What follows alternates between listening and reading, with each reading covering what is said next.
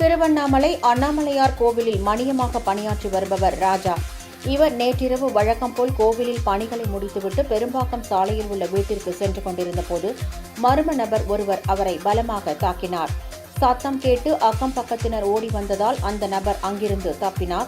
இதில் பலத்த காயமடைந்த மணியம் ராஜா திருவண்ணாமலை அரசு மருத்துவக் கல்லூரி மருத்துவமனையில் அனுமதிக்கப்பட்டு சிகிச்சை பெற்று வருகிறார்.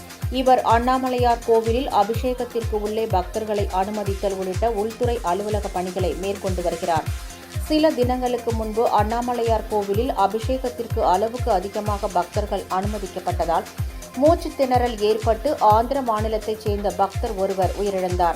இந்த சம்பவம் காரணமாக மணியம் ராஜா தாக்கப்பட்டாரா என்ற கோணத்தில் போலீசார் விசாரணை மேற்கொண்டு வருகின்றனர்.